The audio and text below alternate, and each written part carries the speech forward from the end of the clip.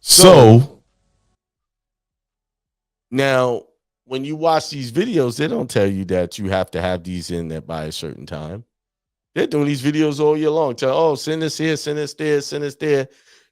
Straight disregard for what the IRS says you have to have these in for. Now, if you're sending 1099s outside of the time frame that they say you need to have it in that by, automatically when they get that paperwork, they're gonna know that you're probably one of these, what they would call a sovereign citizen.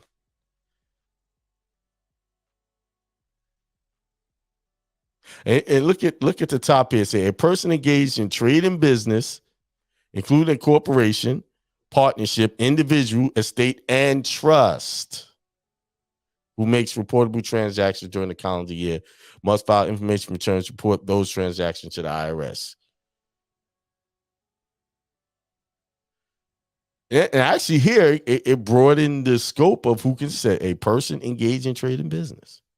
We are always engaged in trade or business. But in order to properly get remedy or results from this, you have to follow these rules. And if you don't follow the rules, guess what? Penalties. I'm trying to find the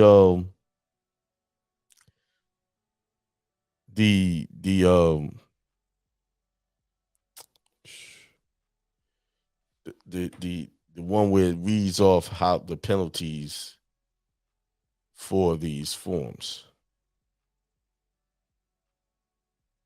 1099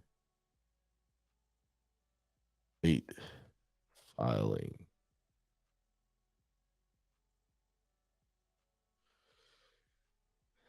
Let's see if this will give it to me.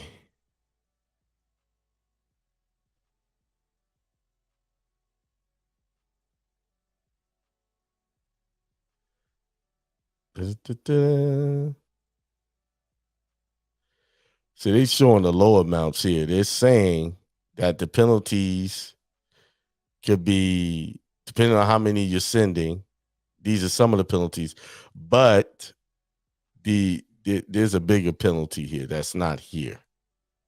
It's like $585,000. Usually when I see people doing this and they get in trouble with the IRS and they come back with what you call a frivolous filing, they get that's $5,000 per frivolous filing. Then they get hit with like $300,000 to $500,000 worth of penalties, and now you're in debt. Let's talk about, let's see, the 1099A instructions. That's the big one, and the 1099Cs are the one that they love to teach on this one.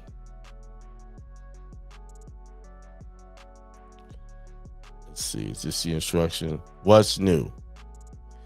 I don't want NC. They're talking about the C's. It says here, file form 1099 acquisition and abandonment of secured property for each borrower if you lend money in connection with your trade or business, and in full or partial satisfaction of the debt. You acquire an interest in the property that is security for the debt, or you have reason to know that the property has been abandoned. You need not be in business of lending money to be subject to this reporting requirement. So that right there is a mouthful. It says you do not need to be in the business of lending money to be subject to these filing requirements. Now, I'm going to tell you, 1099As is a very important part of you get a mortgage and getting it paid off. See, there is no going in and filling out this form ahead of time. You have to create the debt first. You have to create the security first by initiating the transaction, initiating the mortgage, and then the next filing year, you process it. See, what they're teaching people to go ahead of time before they even get the house. They want to do this paperwork and then move and they supposed to process this and you move in the house. It'll never happen that way. Yes, you're going to have your credit straight. You're going to have to buy the house exactly how you would normally buy it, then turn around and do your 1099A process after the fact, after the debt is created. There's no such thing. We got people, I've seen people who can't even afford to live where they're living now, trying to go out and get $500,000 houses with this 1099 process. Yeah, for real.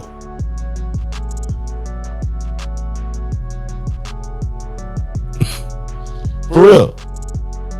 Somebody said proof where all of those people who's gotten it. Actually, I got people on my. Well, I don't have to tell you where the proof is. Discipleship Ministry can tell you straight up. He's one of my people in my group. He can tell you where. You think I'm gonna put it up on here on YouTube?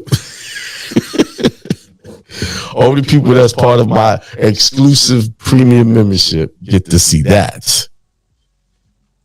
That's why I can sit here and talk so bold. See, I can show proof, but it'll never come up here on YouTube. I'll tell you that much. Private. And yes, I got many copies of checks. Proof.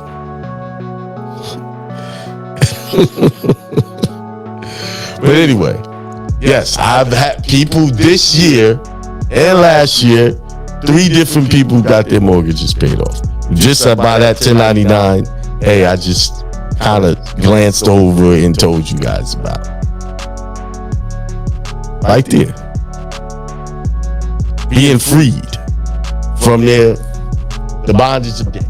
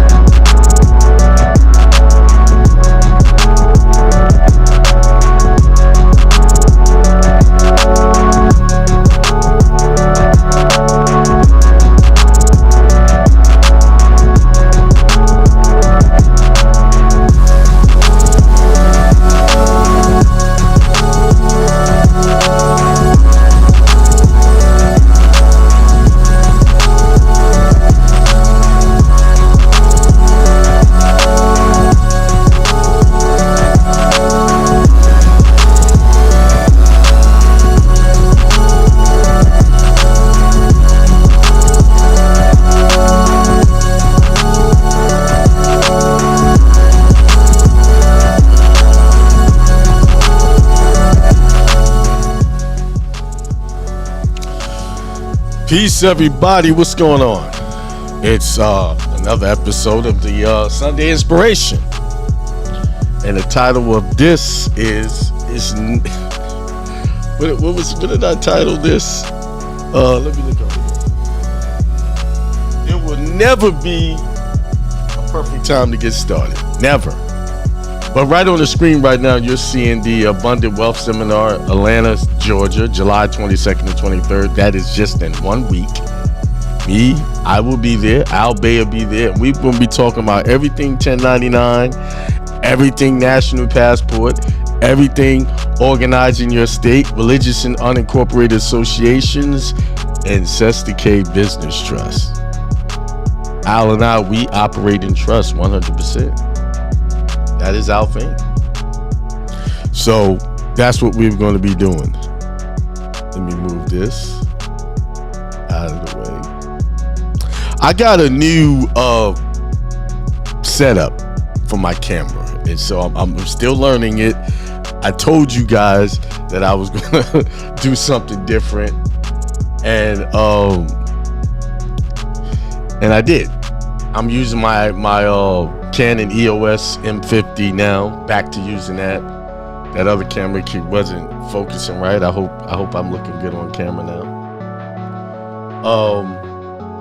Let me turn the music off. So Can everybody hear me pretty good on this new setup? Am I coming in clear? Is my picture coming in clear? I actually like this setup that I got now. I just gotta add in my pictures and my stuff to my special effects and get used to it. Basically, if you're liking it, hit the like button. Hit the like so more people can get see what's going on. So they said I could. It says yeah, I like this. See, Greatness said, peace from me and my lady. Peace back to you. From me and the family, the wife, all of the children. We got 100 kids. I'm just kidding. No, we don't. We actually got somebody calling me. I thought I heard my phone ringing. All right, DJ Bunt Thunder said, morning, everyone. I say peace, Hindsight Radio. And Seeking Bay says peace to everyone. And thanks, DJ B. That looking good, sounding good. Thank you.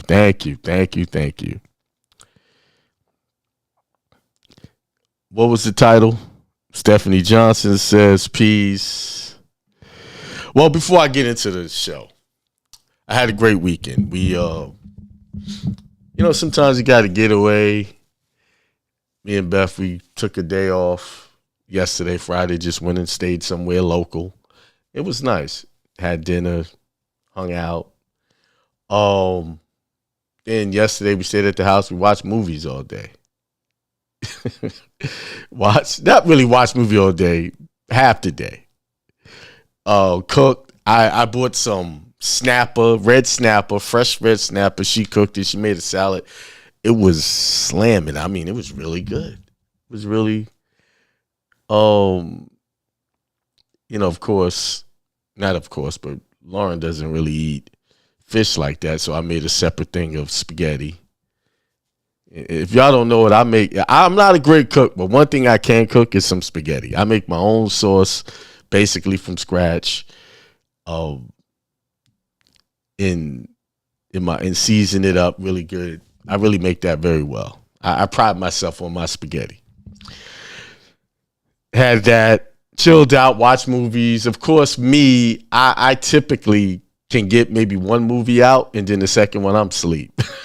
So I fell asleep. We was watching some comedy last night. I think it was Meet My Father or something like that. She was laughing through it. I fell asleep. So I got to go back and watch it and stay up this time.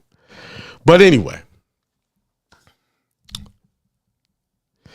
before I get into what I say, I just want to say a short prayer of a request that today, this Sunday, July the 16th, I pray to the ancestors, pray to the God in me that I can get this message out and someone will receive it and hear it and take advantage of it. Through this message, I would like for whoever hears it and they can identify it, put it into play. With that being said, let's get to it. There's never a right time to start anything. All too often, I hear people tell me, I want to do something, but I want to get it perfect. And I know y'all hear me say this basically every week. I'm talking about this. And the reason why I'm going to keep talking about this, as long as I can see people being infected by this, you're going to hear me talking about this forever. And I know most of you are dealing with the same thing. I'm going to do this. I'm going to do that. And what we do, we find reasons not to get started. Oh, I got to do this. I got to do this with the family. I got to do this. I got to make this phone call. I got to call this person. I got to send this email. Oh, I got to go to the store. Find every little thing to distract you away from doing what it is you claim you want. that success you're looking for. Find everything to put it off. And I'm telling you, now is the time to stop that. Just get it done. Get it started. It don't have to be perfect. It doesn't have to be. Trust me, even in my broadcast, what I got going on, it ain't exactly what I want. But it's just enough what I need for right now just to get this message out. It don't take much to turn on the camera, get the mic right, and make sure y'all can hear what I have to say. I could have sat down and wrote down this and wrote down that, and I need to say this and practice this. I could have done that. And it took me taking me time to do that. Maybe I'll do that. Like, I'm going to put some stuff together for this seminar so I can flow through it. Because people are going to be traveling from all over to get there. And this is going to be an epic seminar. This is going to be a good one. All the seminars are good, but this one is going to be epic. And the one after that's going to even be more epic. And know why this one is going to be epic? It's very simple formula to why every seminar is better than the last one. Simply because I do them and I build upon the last one. See, what I didn't say in the last one, I say in this one. And what I don't say in this one, I'll say in the next one. I perfect it as I go along. I make it better as I go along. But if I sit back and I try to perfect it right all at once, I'll sit there and I'll never get it out. I'll never do it. I always find something wrong with it. And that's what a lot of people do. That's what some of y'all I know personally are doing. Finding something wrong to say I can't do it yet. There's people I know that want to have children, don't have children, and they done got married, they did everything right, do it the traditional way, get married, then have the child, or have the child by their husband, and then they're saying, no, it ain't the time. Not right now. Do y'all know it's never the right time to have a child? It's never a perfect situation to have a child. Because I don't give a damn how much you prepare for a child. You are never going to be prepared for that child. Here's one reason why. Because that child has its own mind and its own personality. And what that child brings to that table is going to show you ain't ready for. Because he's unique. She's unique. Only thing is have that child. Only thing I recommend is have a child by someone that you are married to, or at least in a strongly committed relationship. I prefer being married. Yeah, we got too many of that. People having children, then next you know they having children by people and they breaking up right before the child is born. Starting that child off. My daughter just texted me that she wants to go to Goodwill with her friend. Let me tap it. Yes, can. Starting the child off behind the 8-ball without two parents that are supportive of the child's well-being and growth, spiritually and financially, emotionally. But anyway, I'm putting that off, and then you damn near 40 or over 40, and you have not saying anything's wrong with having a child after 40. But the longer you wait, the longer it's going to take for you to adjust to that situation.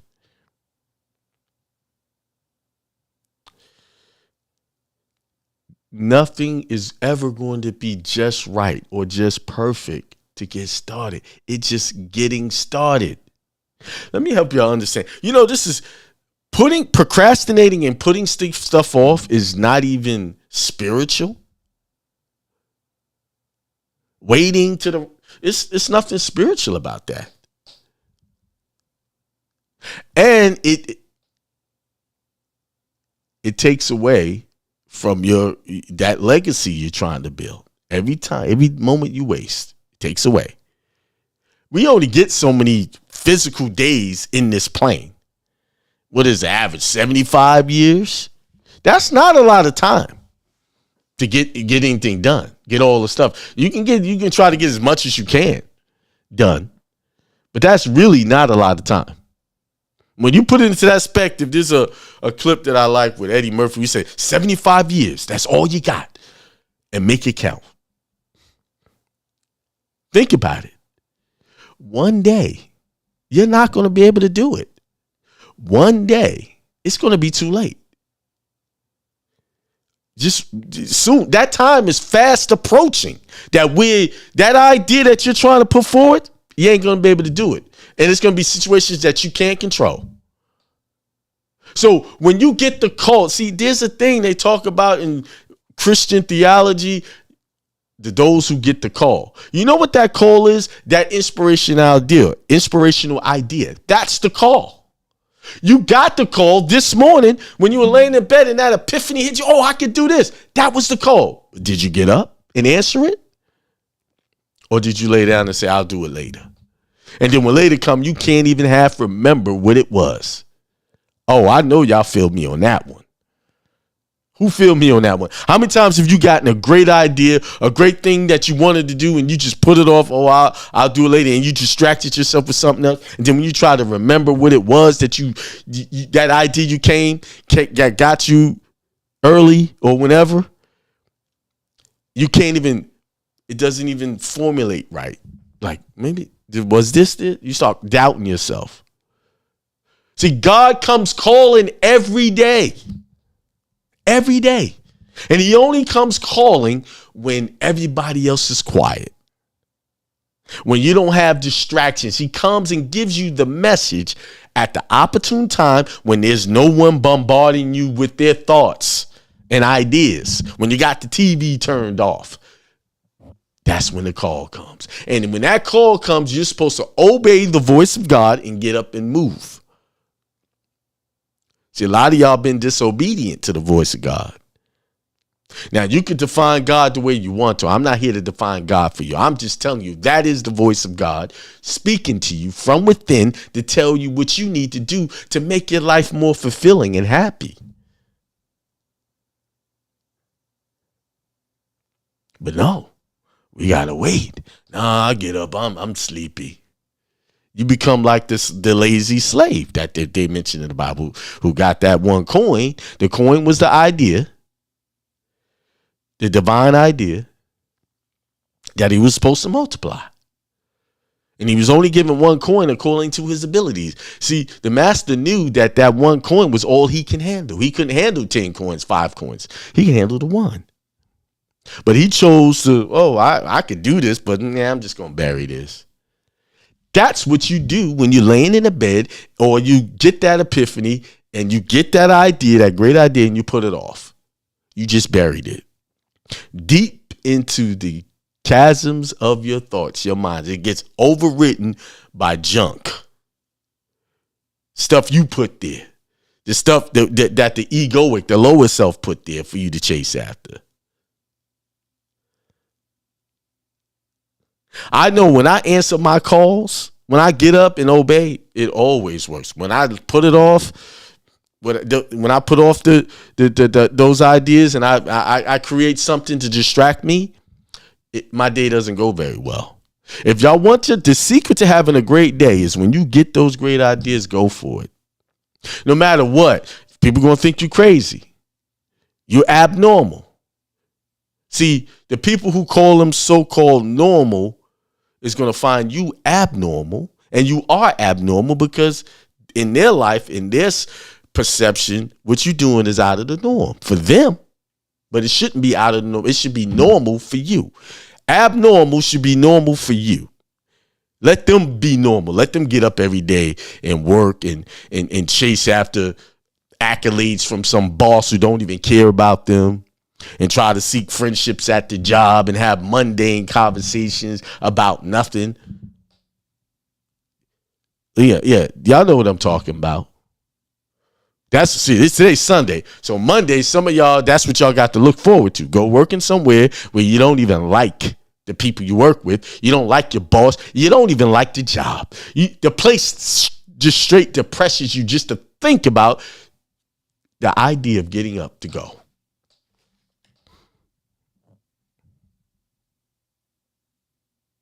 Right. So what are you doing? Why are you ignoring the call? Why are you ignoring the great idea that's coming every day or just about every day? Those inspirational thoughts, moments that you have. Why do you push them off or forsake them? Forsaking God's word. See, most people, religious folks, think the word of God is something that they can read in the book. I keep telling y'all, this is a great book. I read it. I find inspiration in it, but I know what it really is. Okay?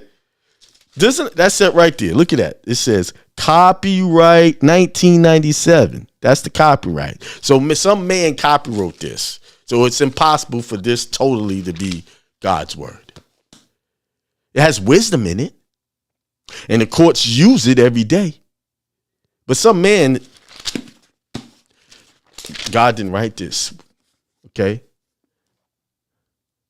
All the inspirational ideas came, Christ walked the earth and he said those things, and then they tried to put it on paper, and you had several apostles with different perspectives writing them down from their perspective. So basically what you're talking about, what you're really reading, is the perception of someone. And all this stuff came about way after so-called Christ died. We ain't gonna get into all of that though. We're talking about, why are you waiting for the perfect time to do something when the perfect time was when you got the call? That was the time to get started. Not 5 minutes, 10 minutes. You were supposed to drop everything and go handle that. No. Oh, the baby's crying. Baby needs his diaper. The dog need to be walked. Oh, I got to cook breakfast. I got to do. Listen, let me tell you something. All of those things that you might be using excuses is always going to be there for you to do. And if you organize your day correctly, you'll be able to do all of that and answer the call. Because if you put those things first before God's word, and what I mean by God's word, that inspirational idea that you got, if you put those things before God's word, it never works out. You're going to have a chaotic day. You're going to have another day where things have gone by and you didn't do it. And you're saying, well, I got to get to it. I'm going to say, I gave you the time to do it. Do you know when you get those inspiration time, that is the opportune time to take advantage, because that's when your brain is at its highest. The wavelength is at its highest peak for it to flow the way it needs to flow. No, getting some sleep is more important, or just laying there staring at the ceiling is more important than getting up and following through. But let me read something to y'all so I could help y'all appreciate this. Let's see.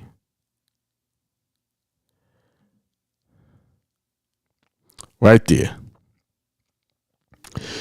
This is I think this is, give me a second. Matthew chapter 4, starting at verse 18. It says, Jesus calls his first disciples. This is, as Jesus was walking beside the Sea of Galilee, he saw two brothers. See, if you look at this in a medical, physical form, you'll see exactly what's going on. He was walking alone. This is straight. And if you look at this, all of this happened after he did his meditation, after he went into. And a lot of us, when we get the ideas, we're meditating, we're just laying there thinking. Sometimes we're not even looking for a great idea. It's just we laying and then it hits us, because that's the time we're open, spiritually open to receive the call. You don't get the call when you're not open, when you're distracted by nonsense. You get it when you're just there, and then boom, it hits you. Oh, wow, I could do that. That's when I know that's how it works for me. So it says, As Jesus was walking beside the Sea of Galilee, he saw two brothers. Simon called Peter and his brother Andrew. So he saw the great idea. Jesus saw the great idea, right? They were casting a net into the lake, for they were fishermen. Come follow me, Jesus said, and I will send you out to fish for people. At once they left their nets and followed him. Okay. They was out there doing work. Peter and Andrew. Just doing their thing into their craft. And then Christ comes and says, come, I'll make you fishers of men. And at once their nets, they left their nets and followed them. What just happened there? They didn't think about it. Well, you know, why you want me to come with you? I'm fishing. I'm trying to capture this food. You know, hey, we fish. This is how we make our bread. Why am I following you? And that's what happens when you lay to bed and you get these great ideas. Oh, wow, that's a great idea. Then you start to say, well, I wonder how much money I can make. I wonder if people going to like it. I wonder if it's perfect enough. I wonder all of this wondering. And then you go an hour going by and you're still wondering.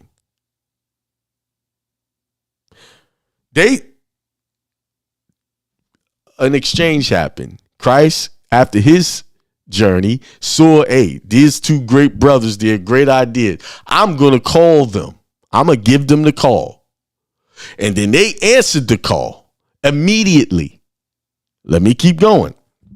Going on from there, he saw two other brothers. You notice this is happening in twos, right? James, son of Zebedee, and his brother John. They were in a boat with their father Zebedee preparing their nets. Jesus called them, and immediately they left the boat and their father and followed him. Do y'all realize all of this is happening around fishing and being in boats around water? The esoterical meaning of water represents people. Right? So, the ideas that you have represents your effect that you will eventually have on people. Because this is what it was. Come with me, and we're gonna go and multiply this teaching that I got for people to listen to.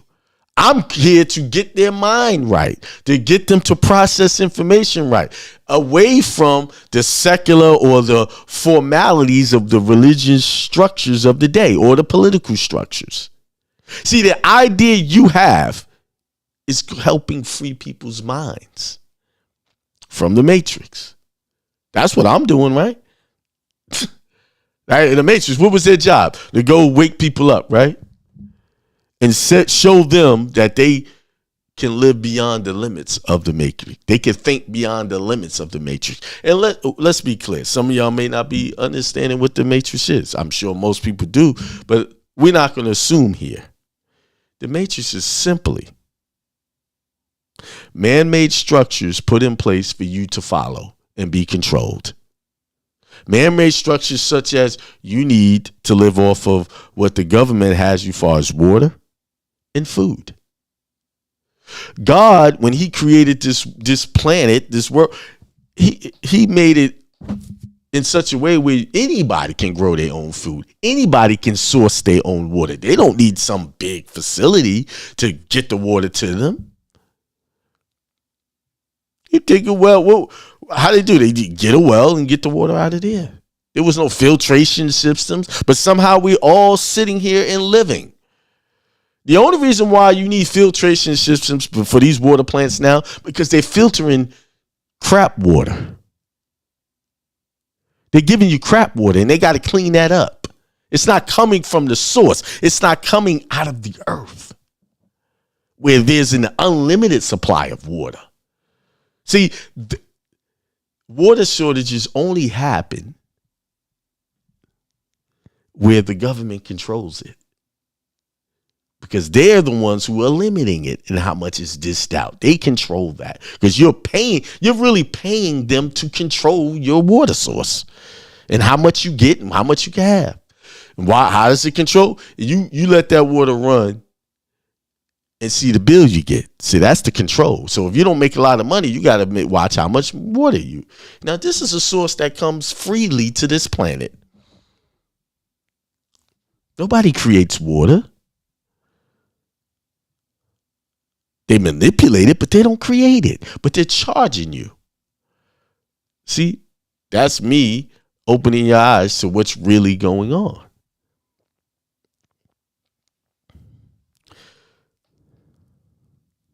Then after this, they followed him. Then Jesus heals the sick. Then right then they got to work. They didn't have a meeting. They just went to work. Jesus went throughout Galilee, teaching in their synagogues, proclaiming the good news of the kingdom, and healing every disease and sickness among the people. He went right. This represents healing of people's minds. And that's the real healing that needs to take place. The healing of your thought process, the healing of your perceptions, because we got here perfect in every way. And then once we got out into this physical world, we were contaminated with bad ideas, bad programming. News about him spread all over Syria, and people brought to him all who were ill with various diseases, those suffering severe pain, the demon possessed, those having seizures, and they're paralyzed, and he healed them. Large crowds from Galilee, Decapolis, Jerusalem, Judea, and the region across the Jordan followed him. That's another thing. See, the idea that you're getting, the thing you say you want to do, it's guaranteed for it to work. It's guaranteed. It's all you got to do is walk in it and don't doubt. That's it. It's guaranteed for you to be success. There's no way that you get inspiration and it's not successful. It's impossible. Let me put it like this. The only reason why it wouldn't be successful, number one, you're not doing it. You're not consistent with it. See, I know plenty of people who are still starting businesses from over a year ago and it still ain't out there for no one to buy nothing. And guess what? I must have offended them because they don't even contact me anymore. I laugh. So what? Hey, you want to disconnect from me trying to encourage you to be better than do that thing you say you want? You don't like it? Hey, guess what happened? That just trimmed the fat of me having to minister to someone who really don't want to hear it. Isn't that what Christ did? Hey, shake just dead. They don't want to hear it. Let them be.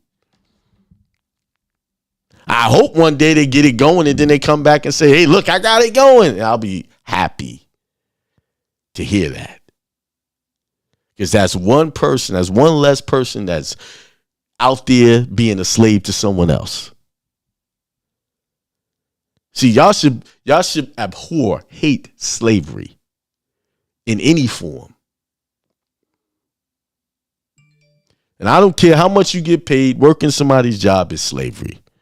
Y'all can say what y'all want.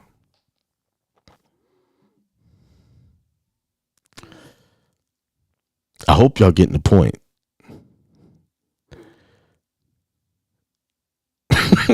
Brother said, we just said, say it loud for the people in the back.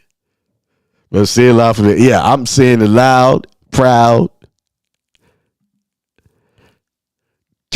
Listen, I got the call to tell y'all this. How did I get the call? I was laying in the bed, and then I started listening to some stuff. Said, you know what? You need to go say this today. And I followed the call. Listen, I went to Myron Golden's event back in June, and he said something about people and their belief in themselves. And what he says to his people is, borrow my belief in you until you can match my belief in yourself. So I'm going to say the same thing he says. Borrow my belief. Borrow the fact that I don't even have to know you, but I know you'll be successful. I don't know anybody. I don't know most people. I don't really know you, but I know you can be successful. And I've watched people.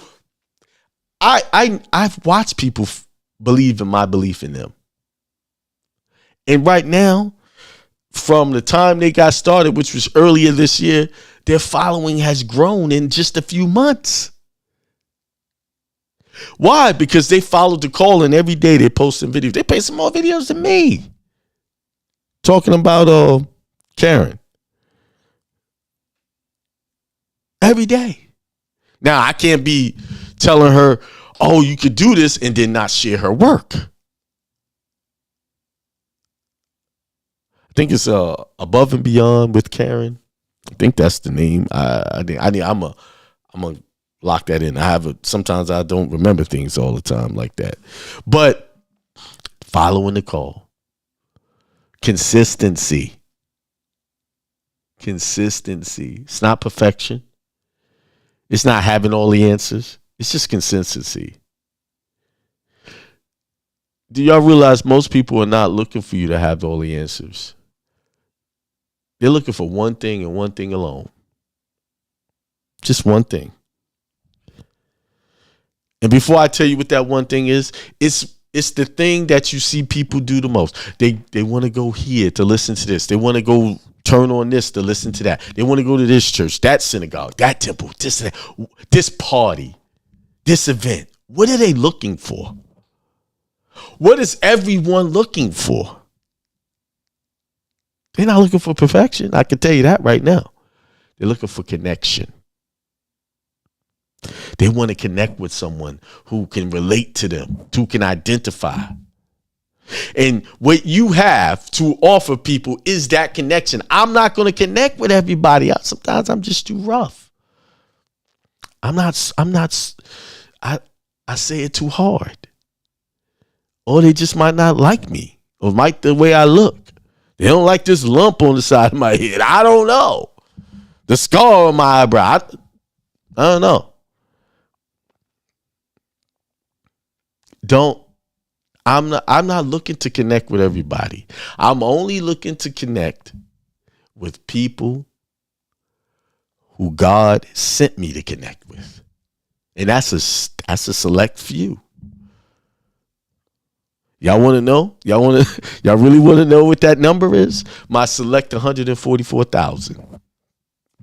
That's it. Everybody has their own individual 144,000. Oh, I could break that number down to 9.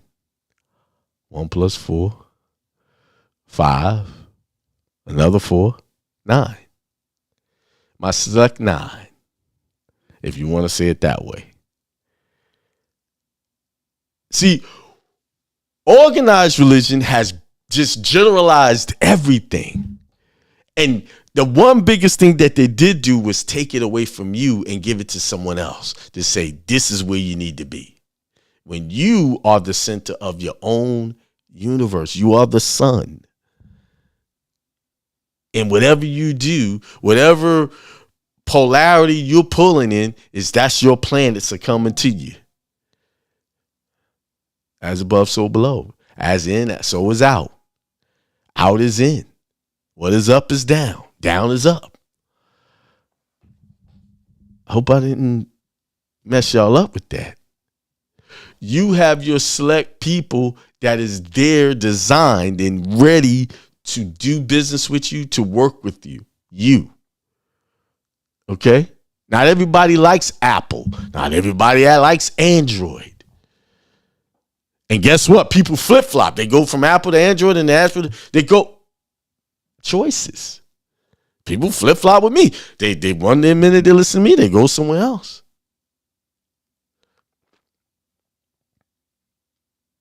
But when you start operating in your call, when you start operating in the way you're supposed to get, guess what? Those people who are so-called the leaders and teachers of that industry you in, they come to you. They start talking to you. They want to know what they're missing. That's real.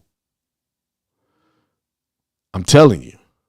When you start operating in the gift that God gave you, that you was born with, you become the master. You are the leader. There's no beta.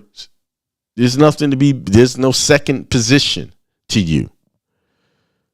Everyone did. See, they got y'all believing that only one. There's only one number one spot. No, it's not. Everyone could be number one. See, you can't be in a number one spot if you play sports and all of that stuff, to what that man-made structure. But in the God divine structure, everyone's on top. Everyone prospers. Everyone lives peacefully if they so choose it. Everyone can be wealthy and leave legacies if they so choose it. The difference between the people who have it and they are wealthy is they put the time in, the work in, the incremental progress. They stayed with it. Even when it got difficult, they pushed forward. By the way, told y'all, we moving forward. Just to give y'all some encouragement. A few months ago, I told y'all, our truck blew up, the only truck we had. We got another truck. We bought that truck from Ryder, and that blew up. I mean, that one was stuck, and then the company that came to pick up the freight from us to move it for us had a number on it. That was the call. My son sent me a picture of just sending me, making sure that the freight was in good condition, going to the next truck. It was a number on it. That was the call. And that one call, just that, me making that call, seeing that, and answering the inspiration of what I saw, and making a phone call has led to a relationship where we had used trucks. Now we got brand new trucks. Now, one truck has already got 22,000 miles on it now since we got it. The newer truck right now probably got, just really put that one on the road just to show you how much business we're doing. Let me see. I can tell y'all. See, I like to lead by example. That truck has 7,000 miles on it now. That means every month we got to do for preventative maintenance on these trucks. So, you want to do them at least by every 12,000 miles, right? So that led to a relationship. So we got one brand new truck. Shortly thereafter, we got a second one. Guess what? Beginning of August, we're going to have a third. We on track. But there was times where I was wanting to put in, then I had to remember. God said, I gave you the call. Don't you dare give up. This difficulty stuff that I'm going through is teaching you something. Don't you get it? It's teaching you. It's teaching you. Oh, let me show y'all. I'll just share the screen with you. Let me get it up. Let me share the screen with y'all. Oh, wait a minute.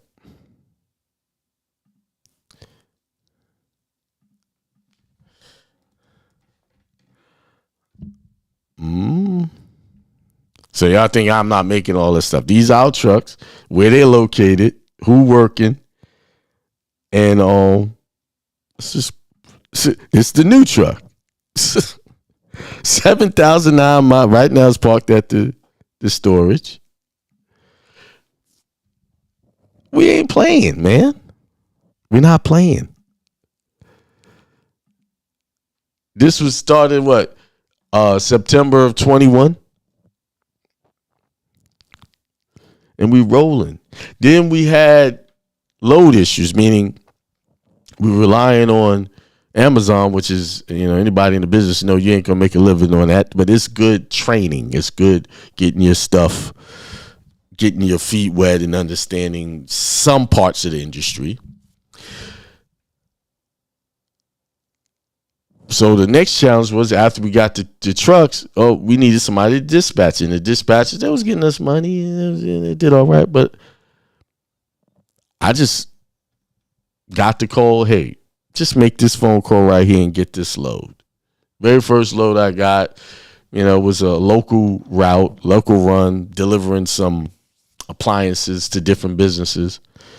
It was about $750 for the day's work, which was okay money. And it wasn't going no more than 150 miles round, just different stops. Then the next one was a 1,400, which was a long distance ride. But I took the plunge. I went in there. I didn't know about dispatching. Now I've been doing it for close to 2 months now, month and a half. And the revenue that's been generated is 3 to 4 times the amount the dispatches that we were hired to do it since I took it over. Now I'm training Beth so she can help with it. And I just hired my daughter. She's going to enter my order. We got this system to track our orders, do our invoices and all that. She's going to enter the orders into that. She wanted us a job. I said, you know what? I don't want you working for anybody. What do you think about doing this for me? And how much you think you want to get paid? I let her choose her pay. As long as it wasn't ridiculous and it's worth me delegating that responsibility out to someone than to me spending the time doing this. I'm trying to run the station. I'm trying to do the trucking company, pay those bills, and those are big bills. You're talking when you get a truck, the insurance on trucks is expensive. First year, people who get in that business, you're gonna have a $20,000 insurance bill, easy, and that's low. Okay, so we talking 2 brand new trucks. What do you think that bill is? And that third, it's just adding on.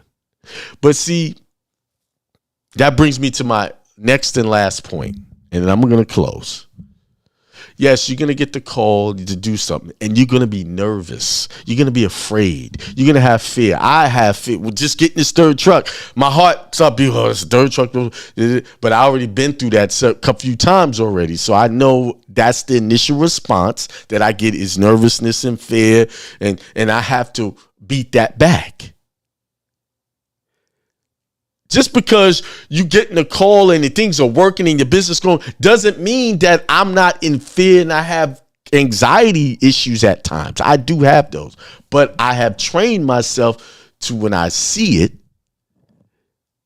I know how to deal with it. I know what it is. It's that false illusion of failure that pops up that wants me to look at it and not do the call of the third truck. Like when I texted the guy to get the third truck, I say, do you have any trucks left? And I was sitting there in my back of my mind, my opposite self, my opposing, what's his name? The Judas in me, in my consciousness that opposes all good, was saying, I hope he says he ain't got no trucks. Right? And I said, I rebuked that. But he texted me back, and this is exactly what he said. Text me back. He said, I said, good afternoon. We need another box truck. He said, okay, I have one. I need a week. I need to put a gate on it. Right? So even though Judas popped up in my mind I hope he say no. Briefly, that was brief. It was there. The call was right? The call said, you get this other truck, we're going to give you the other truck, and you're going to be successful. That's the call. But the Judas, the opposing, because in all of the disciples, there was that one, right? That was there trying to oppose the truth of the Christ or even execute it. That's what Judas was, to kill it, to deceive, to betray. The call. Jesus Christ represents the call. From the very beginning, before he even showed up on the scene, there was a call. He called Mary. Mary, I'm about to implant a great idea into you. And that's the Christ. That's the call. That's God. When you get that call, that's God planting a great idea in you. Now, she could have been, what? I ain't doing that. My husband, he gonna think I did this and I did that. Isn't that like y'all ideas? Y'all get pregnant with that idea and you start, oh man, I wonder what my family gonna say. They like me with the job I got. I make good money. It got good benefits. I got my 401k. That's the other shit that I hate hearing all the time. I'm sorry. I gotta get funky with that one. Y'all in y'all 401ks. Do y'all realize with these 401ks, when you look at the numbers, you really getting back what you put in all the years? There's some people that really make out good, but it's all predicated on how the stock market gets. You have a big drop, you lose in value, and you got always, I got to move it over here. God's great idea ain't no 401k. God's great idea is for you to have what? Have abundance endlessly. Yeah, endless abundance. And the only way you're going to get that is if you trust in the plan that God gave you and not the one you made. Like, shoot, y'all, some of y'all 401ks, y'all could take some of that money. Y'all so afraid and y'all want to wait till you get 65 when you only got a few years left, good years in you, to do something with it. Y'all could take, you don't have to take all of it and put it in your great idea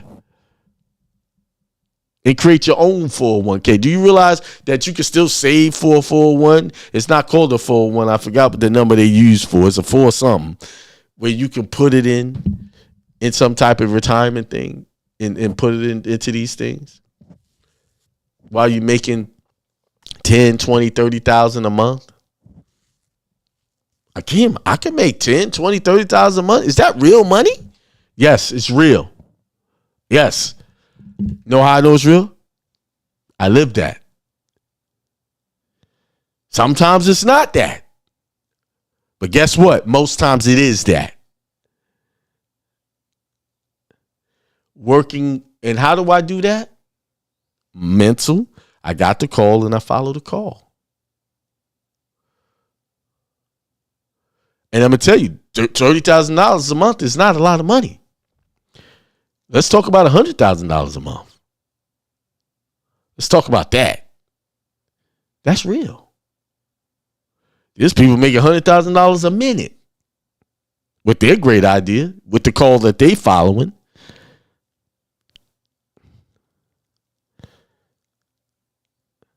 So people rather stay slave on a job just to wait till they 60 something and feel comfortable. That's safe to them. It's not safe because that market crash. What happens to your portfolio? What if the people who are in charge of that portfolio or that 401k did a Ponzi scheme with it, or give it to a Ponzi, someone who has got a Ponzi scheme? That has happened. That's real. You're supposed to have dominion, not allow other people to have dominion over your money. And then while they're taking that money out of your check for the 401k, what do you think those banks are doing with your money? They're making way more than you will ever make off your money because they got millions of people putting it into these funds, and then they could do whatever they want with it. Invest to do whatever. All they need to do is have it ready for you when you're ready to take it out, when most people don't take it out for years. You're giving these people credit. And you're not even benefiting off the millions they're making off, or the billions they're making off of it. See, you at the bottom. Do y'all know that most of the money earned or generated in this country is generated by just 20%, 10 to 20% of the people, the output of money, the growth of money is only generated by 10 to 20% of the people. Let's put it like this. 20% of the money earned by most businesses. Oh, I'm sorry. 80% of the money earned by most businesses is only generated by 20% of their workforce. That's 80-20. Think about this. So, and that works across the board, even with you. If you have clients, most of the money you make will be only earned by a select few of clients. 80% is only you're making off of 20%. Now look at that. Look at that number. So they're showing you that throughout this economy, only 20% of the people is generating 80% of the economy's income.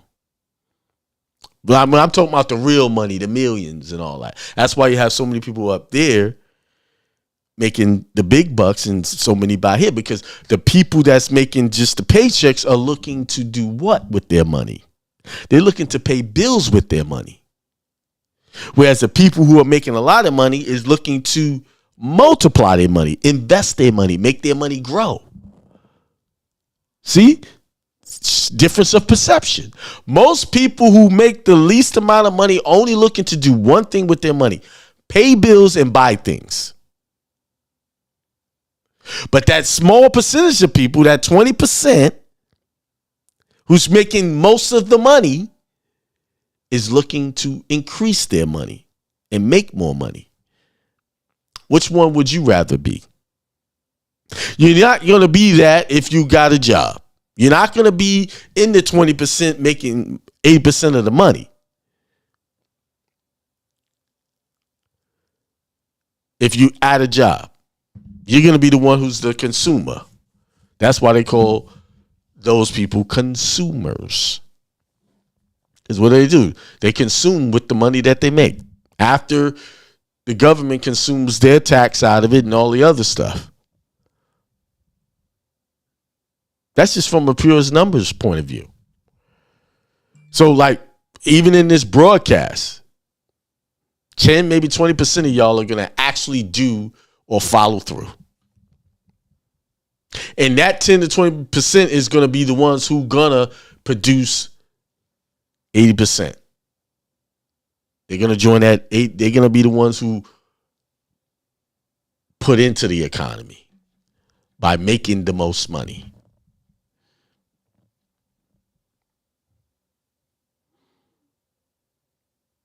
And those are the ones who get to make the rules. What I mean by make rules, you get to make the rules in your house. You get to go where you want. You get to sleep in the house you want. Vacations, eat. The list goes on. You can help more people with money than without, or with the means to do something. There's nothing noble about poverty. I don't give a damn what anybody says. There's nothing noble about that. Now, if you think that's the noble cause, and hey, have fun.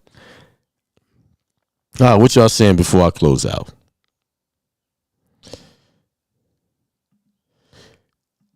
It says you cannot, theoretically, God says you cannot slave for two masters. You will serve one and despise the other. You can't work a job and run a business. Absolutely. I came to that epiphany back in 2014, sitting on my couch, staring up at the ceiling, and then I got the call, and the call said, the scripture came to mind. You can't slave for two masters. Because I was sitting there trying to figure out, why can't my business just get past a certain point where I could just quit the job? And then the thing said, hey, you're not all in, number one, because you think the job is safe. Number two, it says you can't slave for 2 months. You will love one and hate the other. And that's what happened. Because I did it for so many years, I would get to a point in the business where it was just breaking even or whatever, and then I stopped that business because I felt like it was no use. But when really the real problem was, I didn't let go of the job. I didn't let go of what I thought was the safety net.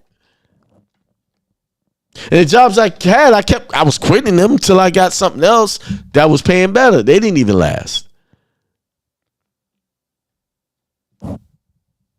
But when I quit the job, when I did it in reverse, I quit the job, fired the job, and went into my craft. The money was flowing. At first, it was difficult. The reason why it was difficult because I was believing, oh, it's gonna be hard. I got to make this. I was putting all kind of mental barriers there. And then when I released the mental barriers, and one day I was laying downstairs in the ceiling again, it said, "Do you realize the bills always get paid somehow? Why are you worried about this?" That's when I really adopted that. I knew the scripture. I knew not to worry, but I really felt it and knew it to be the truth. Don't worry. The worrying is what's keeping it from coming to you. The belief that you're not going to have enough is what's keeping you in the mode of not having enough. That's it. When you sit there, and I've heard people say to themselves, I just can't get it right. It just seems like it's not working. And I have to stop them. No, it is working. It's that thought that's not working for you that's keeping it from working. Just that. That's all it is. It's nothing else. It's just the thought, because that thought is what's bringing forth or birthing the lack. But when you say, hey, this is working, stuff start flowing. It's true. Y'all started a short time ago and are doing great, brother. May you have 100 times the revenue. Yes, I receive it. Yes. Thank you.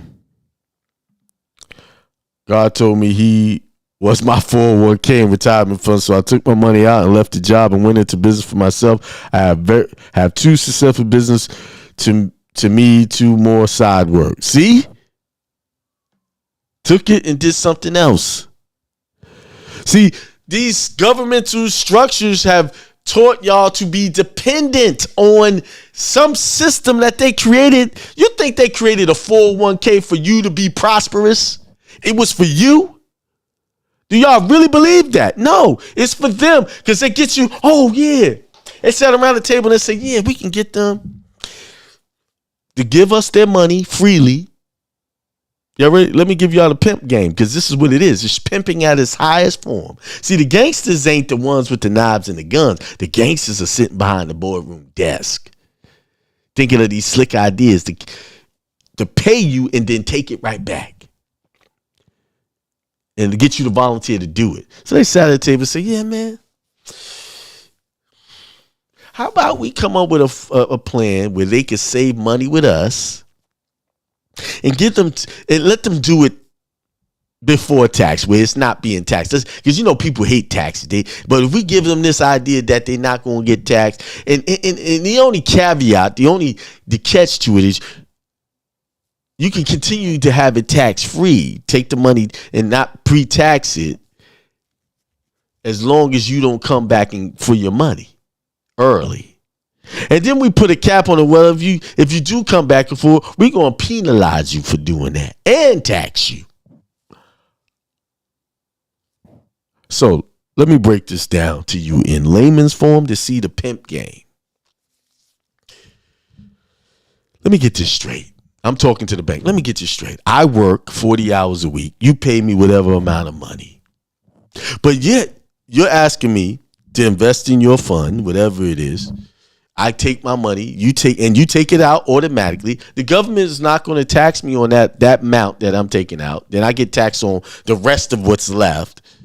You hold my money in the account. You control it. And I can't get the money I freely gave you, which is mine, back without a penalty.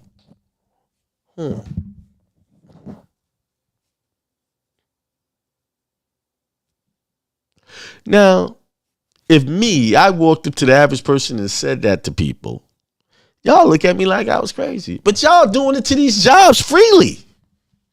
Getting paid like that freely. Now, The bank is sitting there making a scheme up, right? And then they say, yeah, and we got the banking rules. We could take the money. We only got to keep so much money in the bank. We just got to have it available when they ready to come get it. Right? I ain't going to tell you about the run on the bank scheme, but we got to have ready. And then we can do whatever we want with this money. We can invest it in all this stuff and we could put it in interest bearing accounts. We could do all this stuff with this money and make billions of dollars. We got million people out there falling for this and make billions of dollars while they just give us their money and be in prison to not getting it until they retire. While we're making billions the whole time they got the money with us. And we ain't even going to share that part with them. They just get the little interest we give them. When we know how the market's going because we can see the back end of the scheme. We can see how the market is moving and we can even manipulate it when we're ready by putting false news out there.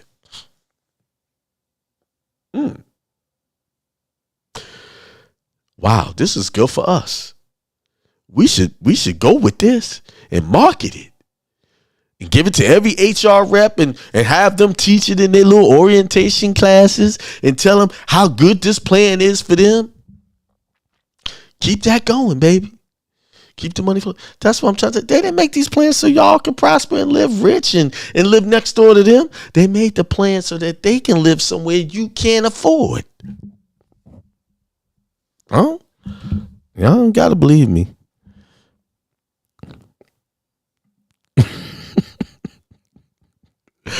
Amen Amendment said, Amen Amendment. Hey, Falconell said that. Beth says, wonderful show. Thank you, babe. Thank you for that. Diddy God says super chat. Thank you, brother. I appreciate it. Hey, I appreciate it. May that $20 come back to you in multiple ways, 10-fold, 20-fold. Indentured servants, sharecroppers. Absolutely. They took indentured and sharecroppers to a whole nother level. They call it dividends and shares. Yeah. That's what they did. Y'all getting played. Okay? Played. And I know some of y'all gonna hold on to the idea because y'all so fully invested into this thing. It's almost too late. But it ain't too late. Because the money you will make off of taking a little bit of money out and doing your thing with it, it's going to eclipse that. See, once you follow the call that God gave you, you do not go wrong. Okay? It may look like you're going wrong because things pop up that you're not familiar with, to get you to be familiar with it, to learn it. Like in the trucking business, a lot of stuff popped up that I wasn't familiar with. But I'm familiar with a lot of the stuff and I'm still learning. And I kind of got addicted to the dispatching. Like, finding the lows, negotiating the rates. Man, it got me going. Boom, boom, boom. But I can't do that forever. So I delegate. Let someone else, let the rest of the family make the money off it. See, I'm going to give y'all some game on how we doing things over here. See, I'm going to have my daughter working for me, right? But she ain't getting paid directly. Her company's going to get paid. Beth is going to do the dispatches. She's not getting paid directly. Her company's going to make that money, that 8% per load. That's how we pay each other. And those of you who are in my membership, I'm going to send an email out. I need to be in tomorrow's meeting, tomorrow evening, 7 p.m., because I'm going to be going over your trust in life insurance, your trust in life insurance, how y'all should be structuring that. So we're going to be talking about that tomorrow in the meeting.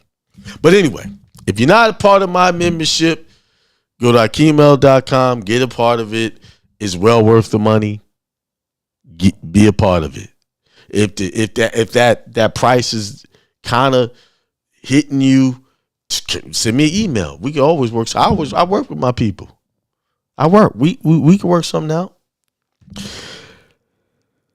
And C. King Bay said they have a good marketing scheme. If I can say good stuff, Righteous Hakeem, thank you. All right. With that being said, this little new platform, I'm loving it. I'm loving it. The way it's showing up. I know there's some things I need to learn there. I don't know how. Anyway, like, share the content. People need to hear this. People out there holding on to these 401ks, and you know, it's good. You got money saved. That's good. That's great. But you can quadruple your money investing it in other things. Investing it in yourself. This money just sitting there. You know, the dollar becomes worthless every day. You know. All right. Well, with that being said, peace, prosperity, and extreme wealth to all.